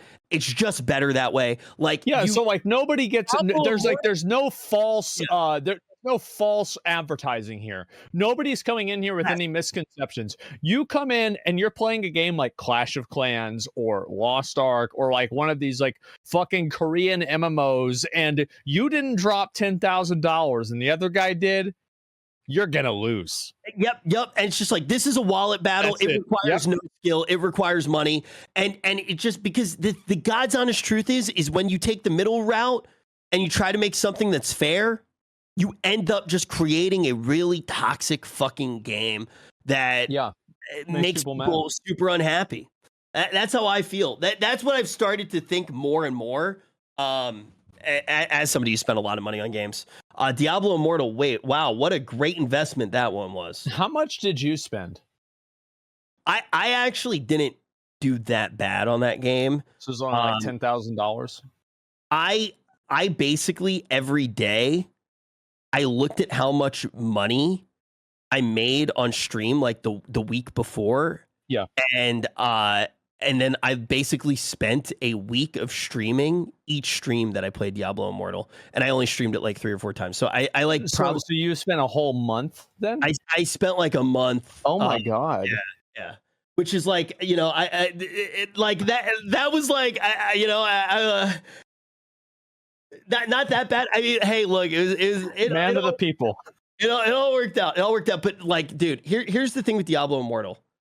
And I know that this is going to sound really stupid and kind of out of touch, but like, people still come up to me and bring it up and make fun of me for it, which means that stupid shit made at least that one guy happy. And I remember it, which made it worth it. I know that might be a little bit dumb, but like, people still walk up to me and they're like, I'm like, yeah, woo. So yeah, I enjoyed that a lot. It's like little things like that, you know, matter a lot. It was really good content. I think it was like Diablo Immortal for like 2 weeks was really fucking funny. And like, this is the thing is like now, like I have perfected the video game content cycle. Is that like, if I have a game like Elden Ring, I play through the whole fucking thing. I watch videos about how good it is. I watch videos shitting on like other game developers for saying it's bad. Like I watch all this stuff about how good Elden Ring is. And then like if the game's bad, right? Like if Diablo Immortal, I'm watching like the immoral design of Diablo Immortal 1 hour video essay by Josh Strifehaze. We watched the entire fucking thing. And so like you're either making money on how good the game is or you're making money on how bad the game is. Either way, there's content. I am really curious what the fuck is happening in Diablo Immortal right now. So I've read some stuff about it. I have not logged on to play that game ever since I stopped playing it on stream. And it's like, I actually would play, like, for example, like I play Lost Ark semi-regularly. I play these other games semi-regularly. I genuinely just did not think Diablo Immortal was a very good game. Dude, it got worse. I thought it was bad. Yeah, it got worse. So there were some things that kind of seemed like they might have been interesting with like farming gear and different stuff like that, and it was all empty systems. And the other thing with I got Immortal and then I stopped, and the system for getting Immortal and all of that content was so fucking bad. Yeah, it was like that was the wallet war stuff, right? Yeah. It was like I remember watching like that one guy, that JT guy. I watched his video about it, and basically this dude spent so much money on the game. Nobody could queue with him. Yeah, he wasn't getting views. His gear was so good. Literally nobody else had spent that much money on the game, and he couldn't get games. And I feel like that's like, how do you beat a pay-to-win game? That's how, right there. Dude, it's impressive. Bro, I will never fucking forget just me holding down right click and just like getting like 50 kills. Like I like clearing like an entire fucking map. It was so wild. That is the most pay to win game I think I've ever fucking played. I don't think I've ever played a more pay to win game. What it other? was a very, very interesting like 2 or 3 weeks or so, and it's like everybody was talking about like the ethicality of like loot boxes and everything. So I don't know, like I think that with a game like ArcheAge 2, right, like this game's coming out, and I think that the Cacao Games, they made BDOs, like either them or Pearl Abyss, I forgot which one, and I think that there's a very strong expectation that ArcheAge 2 is going to have some form of pay to win, because my understanding is that ArcheAge 1 was like a great game until the pay to win was implemented, and then everybody hated it. So I'm kind of worried about that happening with ArcheAge 2, especially whenever we see these games come out and like the visuals on these games are just incredible. They're so good, and the actual gameplay is what the problem is. And like the systems are what the issue is. It Dude, sucks. it's really fucking crazy what Yeah. game you play on phone now. Like even on December, I was like, what the fuck? Like, how is this a mobile? Like, it looks fucking insanely good. Yeah, I know you played it. We full disclosure, I know we both got sponsored to play on December. What were your thoughts on the game and how it monetized? Because that one was I played a lot of on December. I played a lot of Torchlight, and I obviously play a lot of PoE. Like I love ARPGs, and all of those games kind of, and then you have Diablo Immortal as well, and now Diablo 4 that's coming out. And we talked about this earlier. When you look at the ARPGs are in an interesting place because they're a really easy game to interface with, which means they're making the jump to mobile before other genres are, and you can essentially create a AAA title on mobile right now as an ARPG, which means the monetization that's happening there is kind of it is the frog in the pond showing you what's going to happen to the gaming industry as a whole. And there's crazy shit going on in the monetization of ARPGs like Diablo Immortal. So the thing is with Undecember is that I told everybody that I was playing with that I was going to play the game with literally zero money spent. And I have committed to this, and I have done it. Unfortunately, because my pet gathering thing ran out, and I had to sit there and manually loot every single little thing. It was so fucking annoying. So I do think that, like, in general, the monetization could be bad. I just don't know if it's really that bad. I have no idea because I haven't used it at all. I actually roll this 6 link.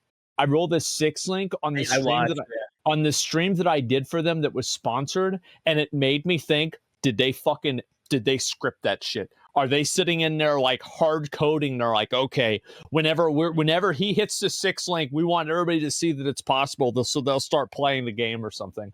And I was so happy whenever that happened because I didn't even have a 5 link. I hit a 6 link before I hit a 5 link. It was disgusting. I had a 6 link as well. How much did it cost? I went to pity. 1,500, huh? Yeah, I went all the way to pity, Wow. man. I don't remember how much it was. It's too fucking bad. I remember calling Ben, and I was like, "Hey Ben, so with the sponsored stream, how much in-game currency was I allowed to spend?" He was like, "Rich, like that you weren't like that wasn't part of it." Yeah. And I was like, no, I'm pretty sure it was, right? Like, and I was like still spending money in the game. The thing is that game monetizes in a very different way than a lot of the other ARPGs, right? I mean, you're straight up buying one of the most important resources on like a gacha pity system almost. It's closer to Lost Ark in a lot of ways. What I'm really curious about is like how much that system, like how much it grows, because like for example, if you can pay to win with the 6 link, I feel like as somebody who has a lot of experience with PoE, that doesn't really matter that much to me, especially if it's a free game, because there is like you're going to hit your 6 link 3 or 4 days into the league if you're a super serious player, and then everything you do after that is about developing your character in other ways. So it's like I think the worst part, drop rates are as frequent as PoE though, right? Like, because in theory, you could throttle the progression of the player a whole bunch if you want to make sure that they spend money. That's all I'll say. Yeah. I think so too, and it's like just in general. Whenever I see, I think pay to win is at its worst. Whenever you have a time where a person who spends $1,000 is more powerful than a person who spends 500, and a person who spends 5,000 is more powerful than the person who spends 1,000, and it just scales up from there. I think that's what I hate. The thing that I hate the most about pay to win games, when they put people in tough to predict mental situations where they end up spending more money than they're comfortable spending. And I think that that's the thing that's really dangerous about it. Look, obviously I am a idiot, right? And I spend a lot of money on games, but I have rules that I do follow, right? And I to a certain extent understand what the games are doing, and I still make mistakes. But I know that a lot of these games are designed to be like, oh, okay, there's a little bit copium. But the thing is a lot of these games though, they are designed to be like, okay, this person is comfortable spending $5 on their game. Let's get them for fucking 25. And this is how we're going to do it. Because the second we get them to spend one time, they are more comfortable spending. And that is... It's like the Diablo Immortal. Like, you don't even know that you can 10 crest unless you're 3 cresting. Yeah, exactly. Like, and that shit makes me sad because it's not people like me that are getting fucked over. It's the guy who's just fucking chilling when he's on his smoke break and he's playing a game for a few minutes and he's just like, oh yeah, sure, I'll spend $5. And then they fucking got their hooks in him. And that shit makes me sad because it's so disingenuous. You can't see where the power cap is. You don't know what's happening. You don't even know what you're spending your money on, and you're trusting the game, and the game is lying to you in your face. I feel like it is just such a very easy line to draw that you should not ever have a time in a video game that you spend money and you don't know what you're buying. I think that every single time, whenever you are playing a video game, if you spend money in that game, you should know exactly what you are buying. And there should never be any sort of a misconception. And I think that the only reason why these people spend such ridiculous amounts of money is because it's obfuscated through having it be a million tiny little bytes. Or like if you actually ask the person, do you want to get your plus 25 weapon in Lost Ark? And it's like, they're like, yeah, I do. It's like, okay, well, this costs $730. Well, nobody would do it. People would say, fuck this game. This is ridiculous. But it's only okay because people are doing it in these small increments, and it's fed to them through a gambling drip feed. And I actually think that pay-to-win games are totally fine. They're completely okay. I just think that you should know what you're paying to win with. That's it. People should have the right to be able to make it. Like, I don't think that I, by force of law, have the moral authority or the ethical authority to force somebody to not make a pay-to-win game. But I do think that gambling does cross that line. It's one of those things as well where, people are saying it's like a lack of self-control and things like that. I disagree. I do think that the systems are purposefully made. Well, it is a lack of self-control. Yeah, but it's designed that way. It's designed, yeah. Fuck up at least one time. And it's like, the thing is with a lot of these games, it's like, not only do you not know what you're paying for, and then you get sucked into a sunk cost fallacy, especially if you haven't played a game like that before.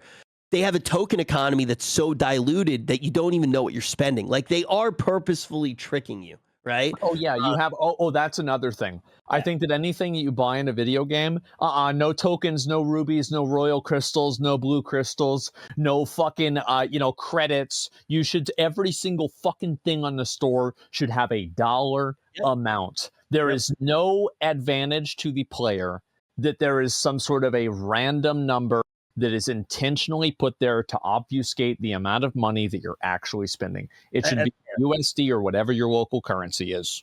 Yeah, imagine if it said every time you wish it costs $25. Like, a lot of people would stop right there. Exactly. But, yes. 1,500 Primo sparkly gems. And if you have 50 black crystals, that'll turn into a sparkly warkly, which you can turn into a sparkly gem. And if you have love crystals, you'll be able to get 5 bonus rolls. And don't forget your friendship tokens, because they can be turned into ultra cores. And the ultra cores can be turned into sparkly warklies. And if you have shocks, you can turn those sparkly warklies into sparkle gems. Woo, where do I spend my money? Okay, all right, let's go. Yes, I'm ready. Bro, it's so fucking stupid, and it works. Yeah. Like, it really does work, and it's not like it's just something that's existed in gacha games. There's a reason that you play with chips in a casino. There's a reason that even like the Xbox Live Store used its own currency. It is something that people have understood for a long time, and they use it to take advantage of stuff. I guarantee a lot of the dude, look, if you had a skin in a game or not even a skin, let's say it was the most powerful item you have in the game. It was ultimate power, player power. And it just said, hey, this costs $10,000 outright. How many whales do you think would buy it? It is totally fine, but how much less money do you think the game would earn? Way less. Exactly. Infinitely less. Because a lot of people are going to say, fuck no, I don't want it. But I think ridiculous. Morally, it's 100% fine to make something cost $10,000. It's morally fine. It's just stupid. Yeah. Yeah, it's like, if you want to do that, go ahead. It's up to you. But, you know, it's just so obvious that you're wasting your money. No, I totally agree with that. I mean, do you think that, like, obviously you said you had looked at a lot of the stuff with Blue Protocol, and this has been, did you watch the whole announcement that they did? Was there something that came out recently? Oh, shit.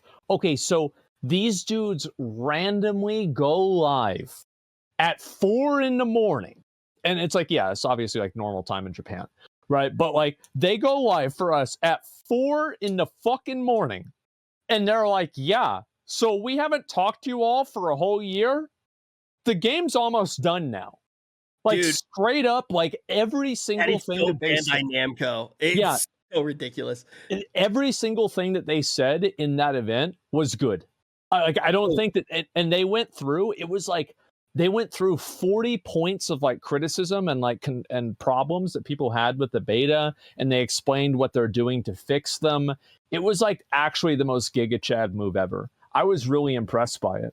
And yeah, if you haven't seen it yet already, you should definitely watch it. It is really, really reassuring whenever you look at the quality of the game and everything. I like the way it looks a lot. It's crazy because what I was going to say was, you know, them going silent obviously felt like really concerning, but I was worried it was I was worried it was getting canceled. It's a very Bandai Namco thing. Like, they've done this before with different titles. They did it with Elden Ring. Yeah, so you know, I wasn't super good. Whoa, this looks even better than shit looked before. Right? I'm very excited for this game. I mean, this game's going to be my entire life. I've known that for a long time. Even if it's not good, this is my life. This is where I belong. I'm excited for it. I really hope that it's fun. Like, I saw that a lot of the different features, I sat through it. Dude, it was so long. Like, it was like I sat there watching it for 3 hours because this guy translated it on YouTube. And it was so nice of him to be able to do that because he spoke Japanese as well. So he was able to like explain what they were talking about. And man, it took a long time to get through everything.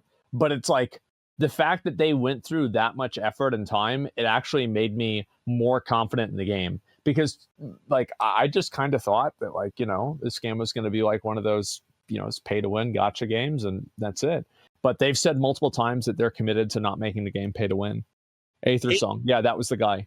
Is it still most of the loot you craft it yourself, right? Yes. They talked about that quite a lot. Bro, I literally, like, I think what I heard sounded very interesting for the loot. It was like, basically, you know what to farm, and then you actually craft the piece that you wanted.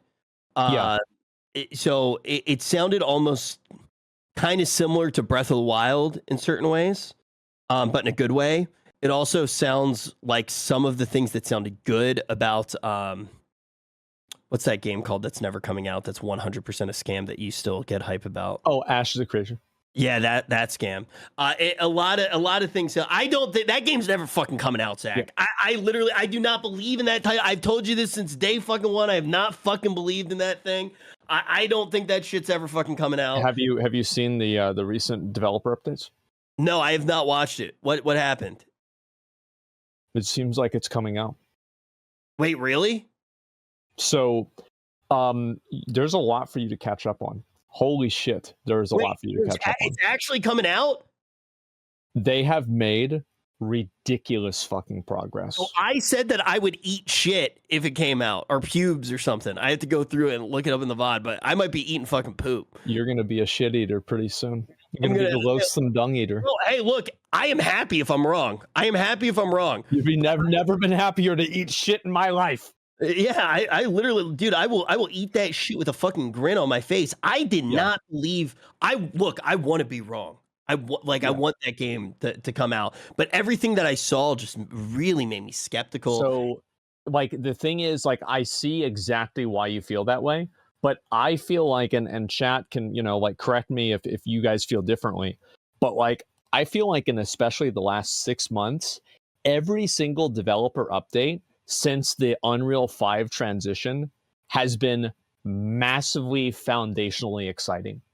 Like, they showed the ranger abilities, they showed the seasonal system, they've shown the gathering systems. Like, yes, it might not ever come out, but this will be the greatest game to never come out.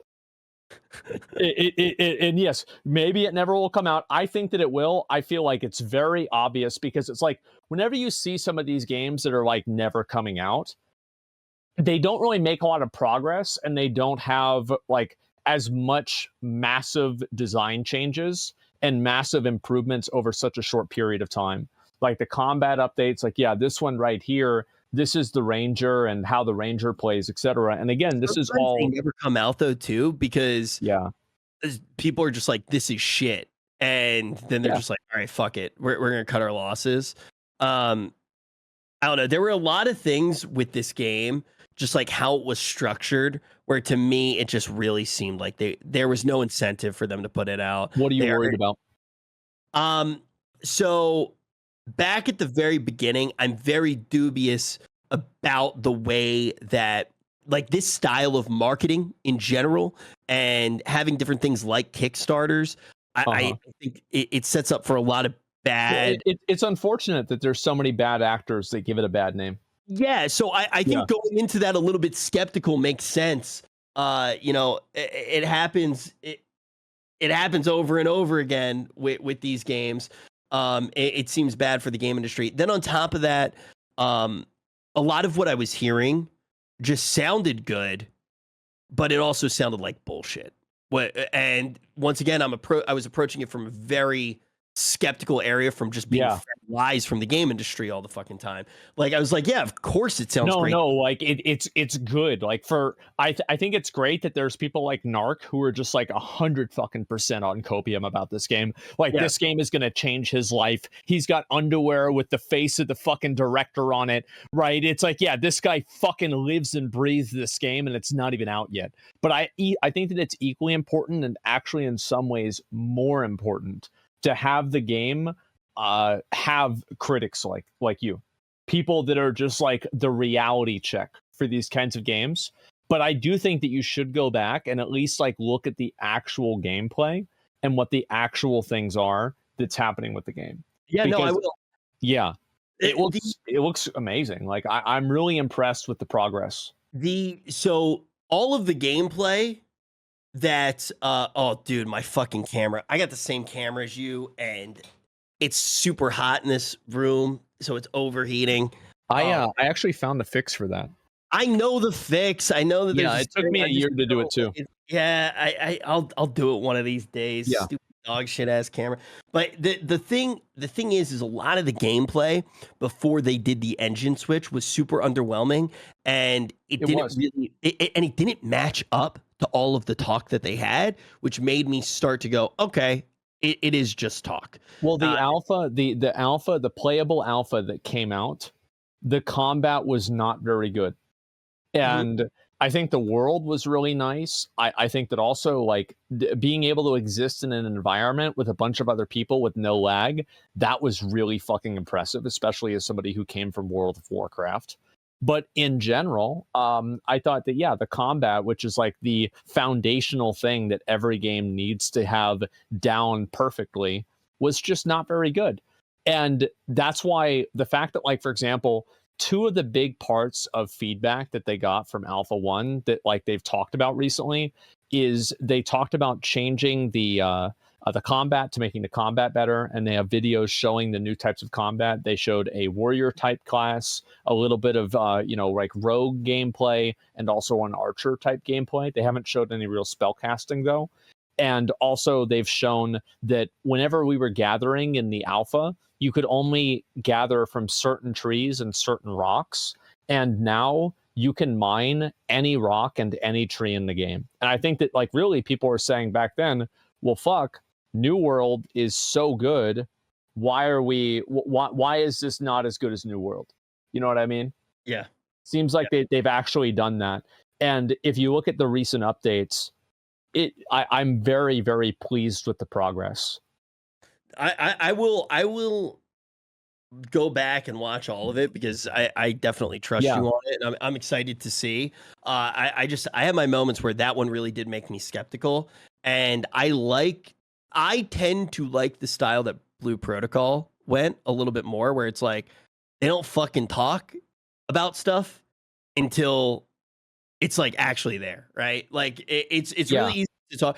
And one of the games that actually made me really start to appreciate that style more was actually the Warhammer MMO, because I feel like the Warhammer MMO, they talked for such a long time about it that the game was kind of dead on arrival because people had these crazy expectations and they really bought into all of the talk, and then their imaginations ran away with them. And the second that they played the game, it was just going to be dead on arrival. I feel like that happens with a lot of games, and I actually thought that, like, no game could live up to the hype that gamers put on it until Elden Ring released. And people expected Elden Ring to be the magnum opus of From Software games, to take every single good thing from every single game and put it all into one game, to have a massive, amazing open world, a compelling story, just amazing boss fights, cool character builds, fun online play, and for it to just basically be the best game they've ever played. And it came out, and it was. It was so fucking good, man. Did you actually finish Elden Ring? No, I didn't. I was about to say what? I didn't, and I forget why I didn't even. Oh yeah. No, you know why I didn't play it? Why? Came out when I was still like Lost Arking. Oh yeah, So you're right. So I didn't do it, and I was playing Lost Ark like 14 hours a day, and then by the time I didn't, it just like I had to be because of Gacha. No, it was actually because of Lost Ark. But no, yeah, it's totally different than Gacha, guys. Yeah, I'll go back and play it. I will. You know what game? Have you beaten any of the Dark Souls games?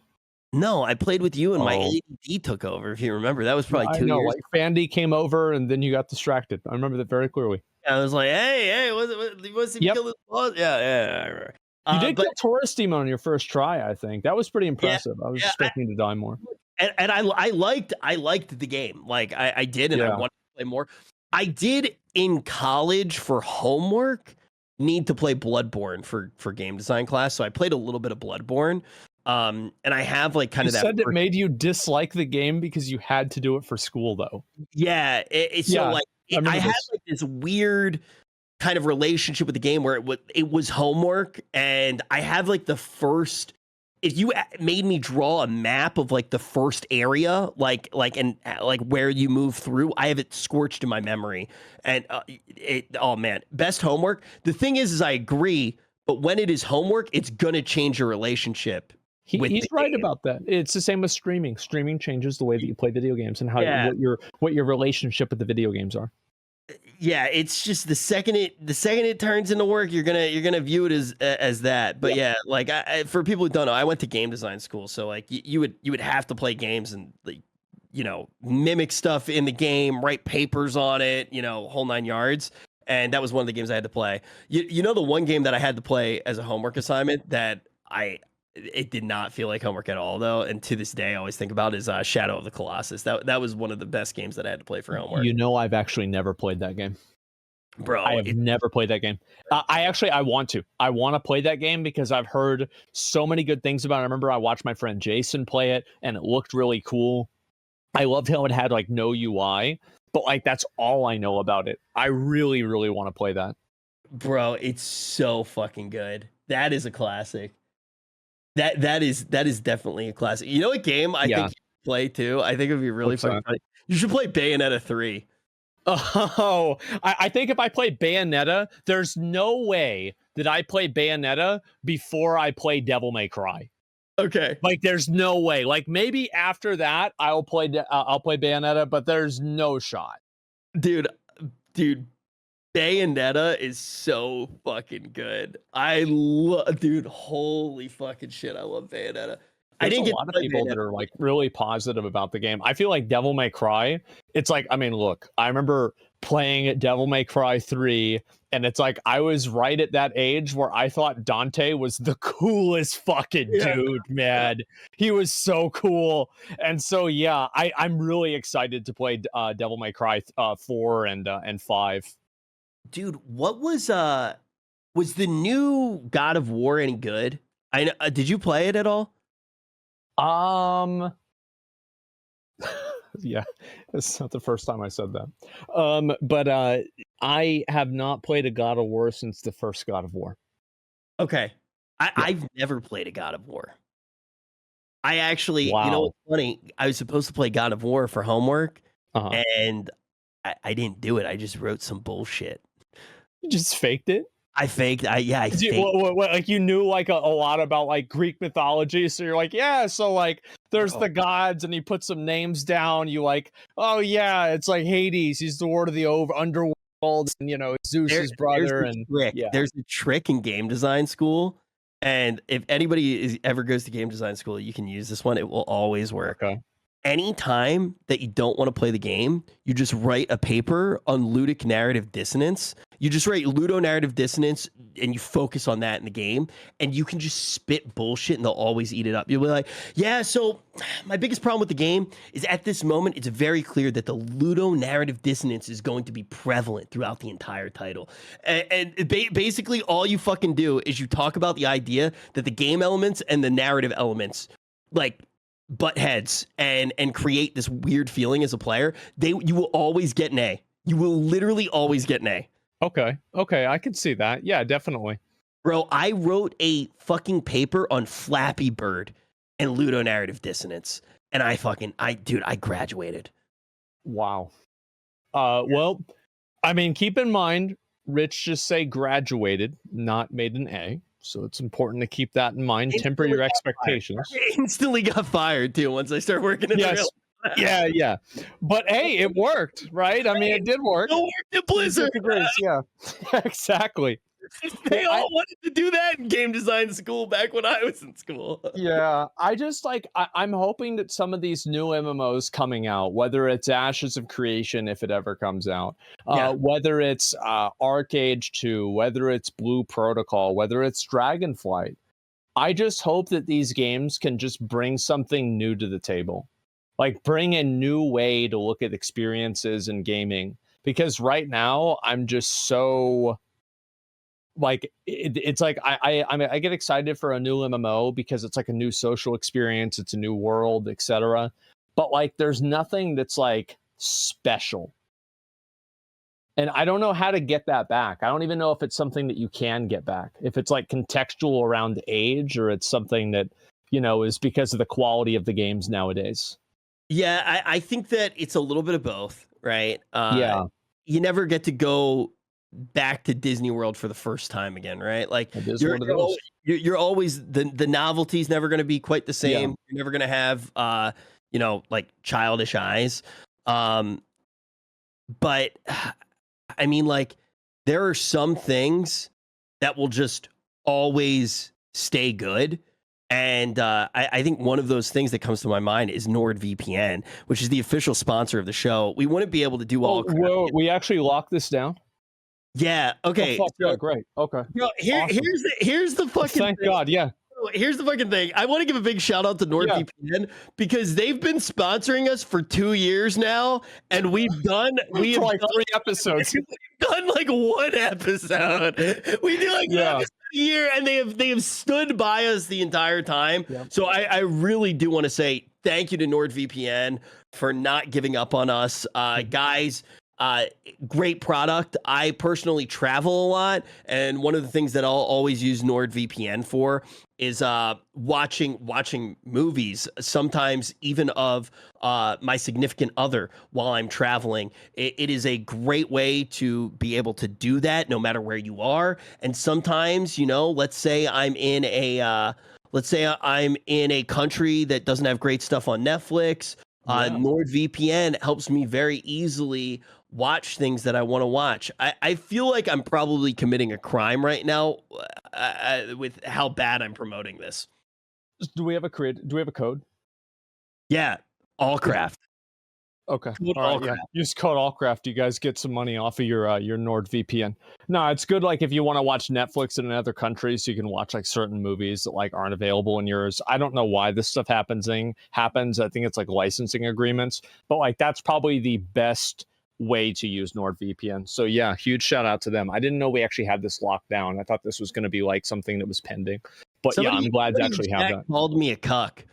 I do think like being like, hey, I'm a cuck, buy NordVPN is like a very interesting tactic for me to promote the product. But I think it's right. Like, hi, I'm a cuck, use NordVPN. That sounds good. Yeah, why not? I mean, yeah, it encrypts your internet traffic too. Yeah, it has a lot of other advantages if you care about privacy and things like that. And I definitely recommend you guys to check it out. I mean, there's a lot of VPN services. I've used NordVPN before. I've known other people that have used it, and it's been good for us. And so, you guys can look into it and use code Allcraft if it's something that you want to get. And I will say too, like they really are. It's not very often. I'm amazed that they've stuck around with us for all this fucking bullshit. It's not. Hey, take the pegging stuff off. So the thing is it's not very often that you have somebody stick around and support the show for that long. So look, if you're looking for a VPN, please use NordVPN. It does a lot to support us, and also it does a lot to support our partner that's been a part of the show, even though we haven't shown up to work in about a year. But look, this was a really important episode for us because we wanted to try something different. We wanted to just try hanging out and talking more. And with that, we're going to be bringing on a host of different guests. And we want to know what you guys think of it. And we want to know some of the stuff, like some of the people that you want to have on. Like I threw out the Marvel Snap thing because I wanted to know if you guys were interested in it at all. It didn't seem like you were, right? So we won't do it. But we'll like continually check in.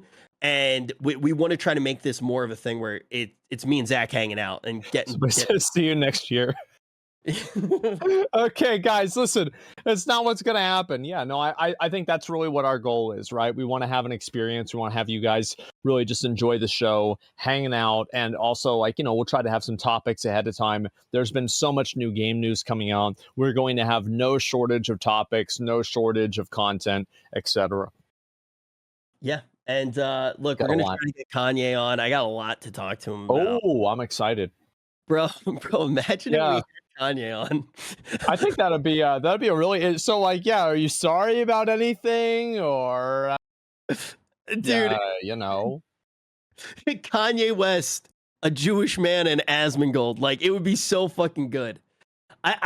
Dude, he sounds like the start of a joke.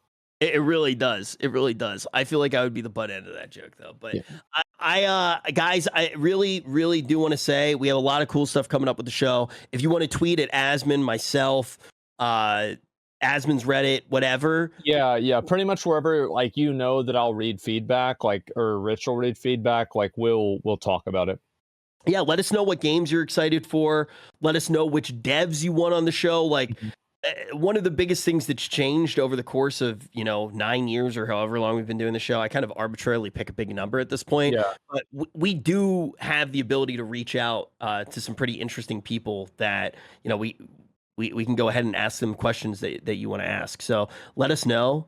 Ghostcrawler, look, no promises, but we could definitely reach out to Ghostcrawler. I mean, he said that he would come on the show whenever there's more information about it. Like he actually said that he would do that. So like, yeah, I mean, whenever he's ready, we're ready.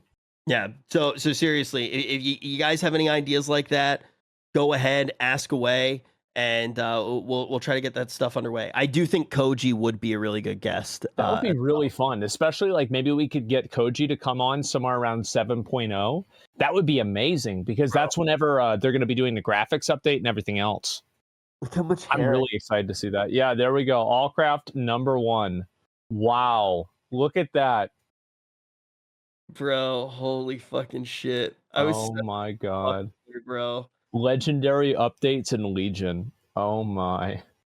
Dude, holy fucking shit, man. You were supposed to be the fucking guest. Yeah. Dude, Alan was doing all the production too. We were on fucking Skype. Allcraft. Bro. Allcraft, dude. Oh my god. So you guys might not know this. So Greek got his Skype account hacked like 5 years ago. And the person who hacked Greek's account would occasionally call streamers as if they were Greek.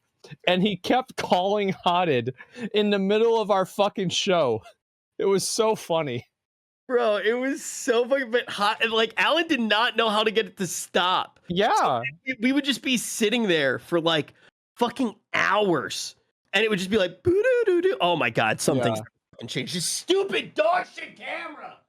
Yep, there you go.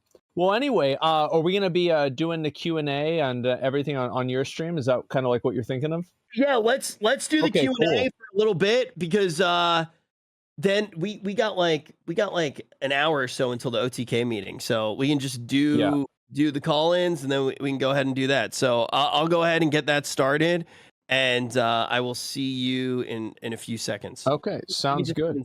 We can stay in this Discord. We'll move over to mine so we can do your calls. Yeah, that's fine. Yeah. All right. Cool. I'll see you in a few seconds. All right. See ya. Okay. Let's see. Peckies, you can pretty much just end whenever you're ready. Yeah. Yeah. There's no ads to play this time. Wrong fucking channel. So this is usually whenever we farm ads. But yeah, thank you guys very much for watching. Yeah, for sure, man. Thanks a lot.